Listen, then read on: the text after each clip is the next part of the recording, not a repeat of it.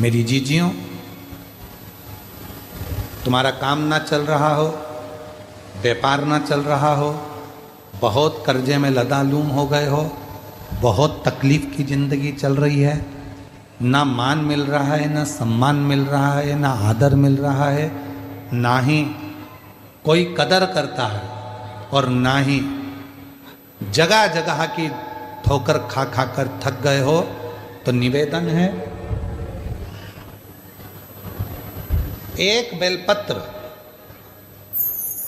एक कनेर का फूल, एक दुर्वा, एक चावल का दाना,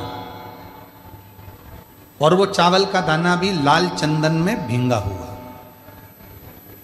जलाधारी का मुख होता है उत्तर की ओर, आप दक्षिण की ओर आराम से बैठो, श्री शिवाय नमस्तुभ्यम बोलकर, अपना नाम गोत्र बोलकर, अपनी कामना कर कर, एक बेलपत्र, एक कनेर का पुष्प, एक दुर्वा, एक चावल का दाना जिसको तुमने लाल चंदन से भिंगोया है, वो शिवलिंग पर उत्तर की ओर मुख कर कर दक्षिण में बैठकर बाबा को सोमवार की सोमवार प्रदोष काल में, मतलब शाम का जो सूर्य डूबने का जो समय होता है, बस उसी प्रदोष काल के अंतर्गत यदि घी का दीप जलाकर बाबा को अगर एक बेलपत्री, कनेर का पुष्प, दुर्वा और लाल चावल चंदन का अगर चढ़ाना प्रारंभ कर दिया, 5 या 6 सोमवार निकलेंगे, धीरे धीरे मेरा बाबा तुम्हारा हाथ पकड़कर तुम्हें मंजिल तक छोड़ना प्रारंभ।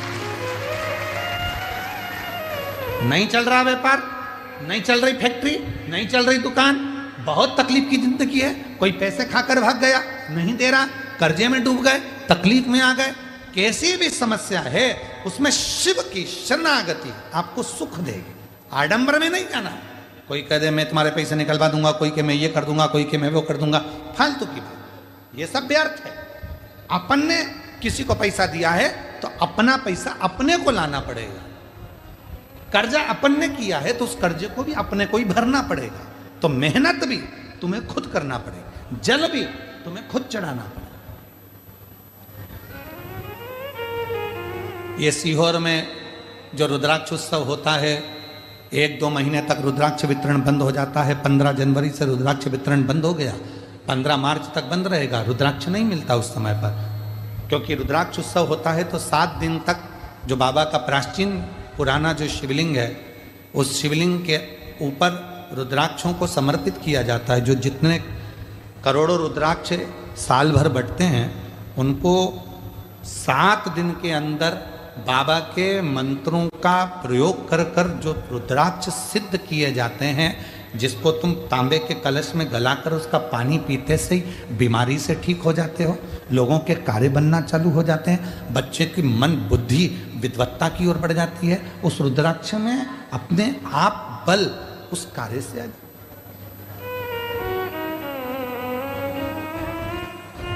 बाबा का जो प्राचीन शिवलिंग है उसका दर्शन तो खैर आप लोगों को नहीं होता है, पर जो अंदर बाबा का जो प्राचीन भाव है उस पर उस जहाँ हम लोग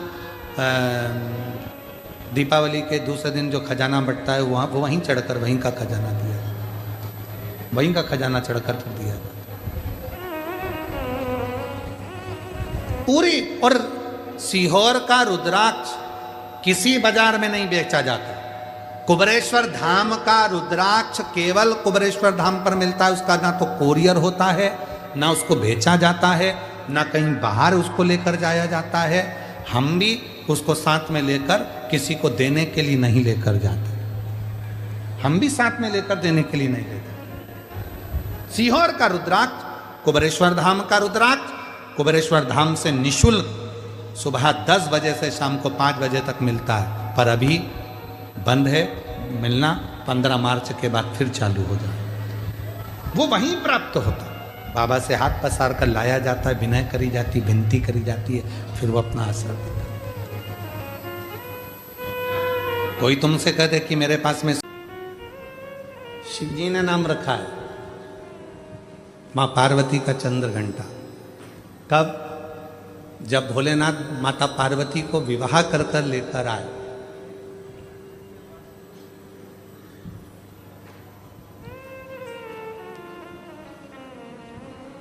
चारों तरफ तारकासुर के आतंक फैला हुआ था।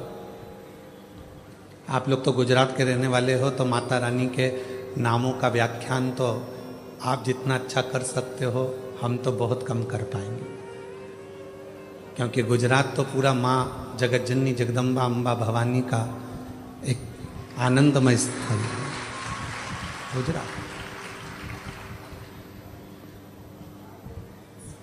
तो आप लोगों को तो ज़्यादा मालूम होगा कि माँ चंद्रघंटा का नाम चंद्रघंटा कैसे पड़ा। चारों तरफ तारकासुर के असुरों का आतंक फैला और शिवजी पार्वती जी के साथ विवाह कर लिए, और विवाह कर कर बाबा भोलेनाथ पार्वती जी को लेकर जब कैलाश पर पहुँचे,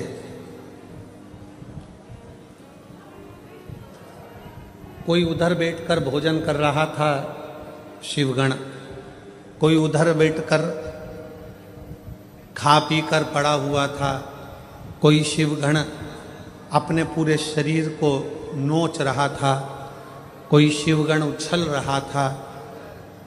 पूरे कैलाश पर भगवान शंकर के गणों ने अपना पूरा जमा कर रखा था, आड़ा टेढ़ा। कुछ बर्तन उधर पड़े हैं, सोने का उधर पड़ा है, आसन उधर पड़ा है, सब सामान यहाँ वहाँ पड़ा। और भोजन भी कोई एक गण लेकर आता या बनाता तो सब आपस में झगड़ा कर कर उस भोजन को ग्रहण कर।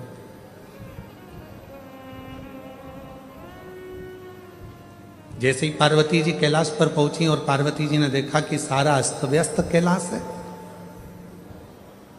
कोई सामान इधर पड़ा है, कोई सामान उधर पड़ा है, कोई सामान उधर पड़ा है, तो पार्वती जी ने शिव जी से कहा कि अपना विवाह हुआ है, अपन कहाँ रहेंगे ऐसे कैलाश पर। शंकर भगवान बोले, अब तुम घर की बहू बनकर आई हो, मेरी अर्धांगिनी बनकर आई हो, तो अब तुम इस पूरे घर को जमाना, सेट करना, पूरे घर को अच्छा बनाना, ये तुम्हारी जवाबदारी।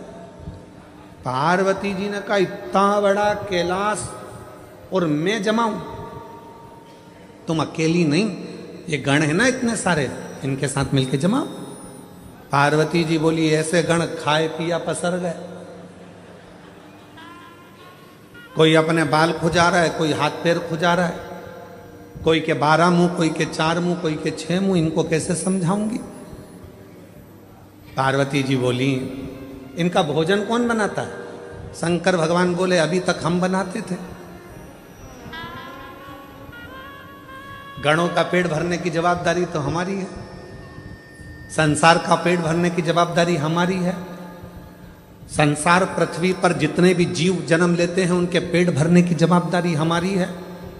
पर अब आज से तुम हमारे साथ शादी कर कर आ गई हो, ये सारी जवाबदारी हमारी खत्म हो गई। आज से पेट भरने की जवाबदारी तुम्हारी है, तुम अन्नपूर्णा बन जाओ और सबका पेट भरो। हमारी जवाबदारी खत्म हो गई। बहू सोचे कि ये सामान कौन जमाएगा, सास जिठानी की देवरानी। अब तुम ब्याह कर कर आ गई हो, तुम जमा। कई कई नई नई बहुएं आकर कहती हैं, तुम्हारा घर ऐसा, तुम्हारा घर वैसा, तुम्हारे घर में तो रहने के तरीके नहीं है लोगों को। अपने पति को रात दिन वो एक ही शब्द सुनाती, तुम्हारे घर के लोगों को रहना नहीं आता, तुम्हारी मम्मी को बोलना नहीं आता, तुम्हारे पापा को फैला देते हैं, तुम्हारे छोटा भाई ऐसा करता है, तुम्हारी बहू ऐसी करती है, तुम्हारे भैया ऐसा करते हैं, तुम्हारी भाभी ऐसा करती है। तो पति उपत कर क्या बोलेगा, अब तू आ गई ना समझदार, तू संभाल, बात खत्म। अब इतनी इतनी सी बात पर अगर झगड़ा करें, इतनी इतनी सी बात पे अगर अपन झगड़ा करेंगे, लड़ेंगे, तो कहां तक रही। अब तू संभाल।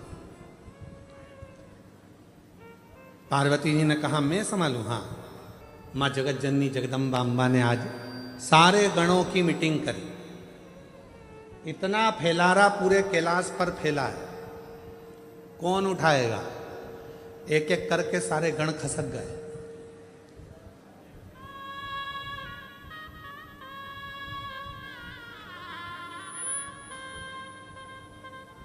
कौन उठाएगा? कोई नहीं। पार्वती जी ने शिव जी से कहा, वो तो सब चले गए। शंकर भगवान ने फिर डमरू बजाया, सबको बुलाया। पार्वती जी ने पूछा, भूख लगी है सबको? हाँ। भोजन करोगे सब? हाँ। अब सबने हाँ भर दी। पार्वती जी बोली मैं भोजन बना रही हूं, जितनी देर में खाना बनाऊं भोजन बनाऊं उतनी देर में पूरा कैलाश सेट हो जाना चाहिए, जम जाना चाहिए, और जो जमा कर आएगा सबसे पहले भोजन उसी को मिल जाएगा। जाओ। सब पहुंच गए, सब ने सामान जमाना प्रारंभ कर दिया। कोई झाड़ू लगाए, कोई बुआरी लगाए, कोई तोरण बांधे, कोई मंडप बांधे, कोई कुछ करे, कोई कुछ करे, सब करे। एक गण आया, मां भोजन। पार्वती जी बोली चिंता मत करो, जैसे ही भोजन तैयार हो जाएगा मैं घंटा बजाऊंगी, तुम सब दौड़ के आ जाना, भोजन करा दो। सुबह से शाम हो गई। अब जो चंद्र शिव जी के मस्तक पर विराजमान था वो भी पार्वती शंकर जी से कह रहा भूख लगी है। शंकर भगवान बोले कर काम, जा।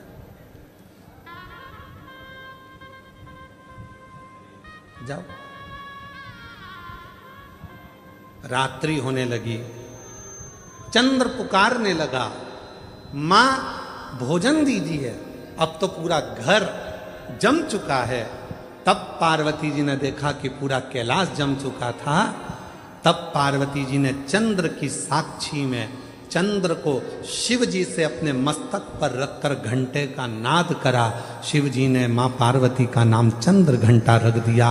उसी पल, उसी घड़ी, उसी क्षण शिव ने कहा पार्वती आज तुमने पूरे कैलाश को सेट कर कर जमा कर उनका भरण पोषण किया है। जो तुम्हारे नाम का उच्चारण करेगा वो कितना भी बिखरा हुआ क्यों ना हो, हृदय से टूटा हुआ क्यों ना हो, उसकी दुकान, उसका व्यापार चाहे कितना भी बिखर गया हो, अगर प्रतिदिन एक दुर्वा वो चंद्र घंटा के नाम से अगर मुझे समर्पित करेगा तो उसका घर, परिवार, व्यापार मैं खुद सेट करते चले जाऊंगा, जमाते चले जाऊंगा। तो ये नाम कोई साधारण नाम नहीं है, चंद्र घंटा का नाम। भस्म किस चीज के लिए होती है? भस्म किसके लिए धारण कराई जाती है? तो महाराज शिव महापुराण की कथा कहती है जब शरीर में कोई बड़ी बीमारी आने वाली होती है, आप एक साधारण सा प्रयोग कर कर देखिएगा अपने जीवन में। एक साधारण सा प्रयोग, जब आपको लगे कि डॉक्टर ने बोला है कि कोई बड़ी बीमारी का चांस बन रहा है, कोई बड़ी बीमारी होने वाली है, आप थोड़े दिन तक देवाधिदेव महादेव का ये शिवलिंग, ये जलाधारी, ये जहाँ से जल बहता है, गणेश जी का स्थान, कार्तिकेय जी का स्थान, बीच में एक मोटी सी लाइन अशोक सुंदरी, शिवलिंग जो शिवलिंग रखा है, जो जलाधारी है वो माँ पार्वती जी का हस्तकमल, ऊपर से एक एक बूंद जो पानी गिर रहा है,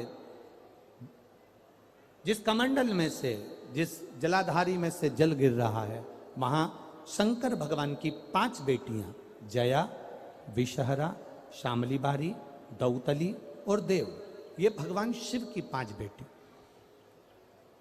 जब आपको लग रहा है कि मेरी जांच होने जा रही है, जब आपको लग रहा है कि मुझे डॉक्टर को दिखाने जा रहे हैं, मुझे लग रहा है कि कोई बड़ी बीमारी ना निकल जाए, अल्ट्रासाउंड करा रहे हैं, एक्सरे करा रहे हैं, उससे पहले घर में अगर थोड़ी सी भस्म रखी है, उस भस्म को जब आप जल चढ़ाने के लिए शिव जी के मंदिर में जाओ, हॉस्पिटल में दिखाने के लिए जांच कराने जाओ, उससे पहले एक काम जरूर करना, शंकर भगवान का जहां शिवलिंग रखा है उस शिवलिंग के पास में भस्म का लेपन कर कर देवाधिदेव महादेव पर 1 लोटा जल समर्पित कर कर उसी भस्म को अपने कलेजे पर, अपने हृदय पर लगाकर देवाधिदेव महादेव का पंचाक्षर मंत्र नमः शिवाय, षडाक्षर मंत्र ओम नमः शिवाय या श्री शिवाय नमस्तुभ्यम बोलकर फिर आप जांच के लिए चले जाओ।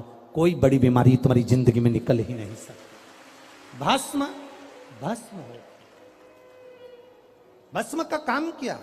हमारे रोग को, हमारी बीमारी को, हमारे आने वाले जो रोग हैं, जो बीमारी है, जो तकलीफ है, उसको समाप्त करती है। भस्म का प्रयोग। जिसकी फैक्ट्री नहीं चल रही हो, फैक्ट्री में बार बार कुछ तकलीफ आ रही हो, गाड़ियां नहीं चल रही हो, 4 व्हीलर गाड़ियां ले रखी हैं, कभी ट्रक गड़बड़ हो रहा है, कभी ट्रक में ये हो रहा है, कभी गाड़ी में ये हो रहा है, कभी बस में ये हो रहा है, बस एक काम करना, दुर्वा का थोड़ा सा भाग लेकर पानी के लोटे में उसको डालकर 5 अक्षत के दाने उसको पटक कर उस गाड़ी के अंदर उस कलश को रख दो, बस आधे घंटे के लिए, और उस पानी को चक्के के चारों तरफ डालते डालते जाइए दुर्वा के साथ में, तकलीफ नहीं देगा। फैक्ट्री का भी यही प्रमाण है। दुर्वा में वो अमृत तत्व छुपा है जिसका सुख आनंद दे जाता है।